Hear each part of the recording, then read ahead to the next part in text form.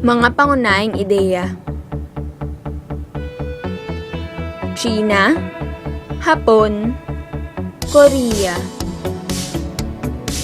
Ang mga namunong emperor ng China ay kinilala nilang mga anak ng Diyos o Son of Heaven.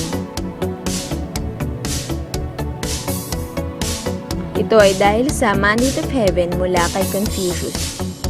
Ito ang nagsilbing dahilan ng mga emperor ng pamunuan ang mga mamamayan at nagbigay sa kanila ng mataas na pagtingin sa kanilang sarili o ethnocentrism. East Asians believe that as the universe ran by rules, so should human society. Ang mga pinta at tula ng mga silangang Asyano ay sikat dahil ito ay nagpapakita ng kanilang pagmamahal sa kalikasan. Ang nakaraan ay nagsilbing gabay patungo sa hinaharap.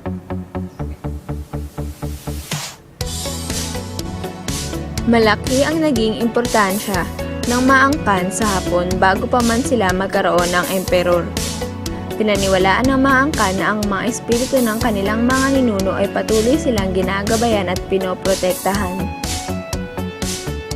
Ang kanilang patuloy na pagsusumikap na matamo ang kasaganaan ng kanilang literatura ay mukhang mahalaga sa pagpapaunlad ng kanilang kultura.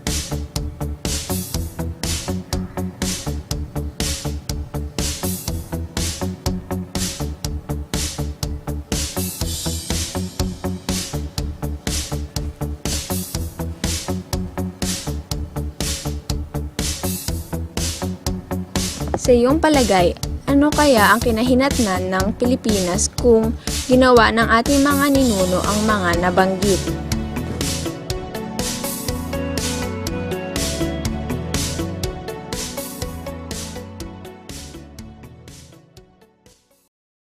Created using Powtoon.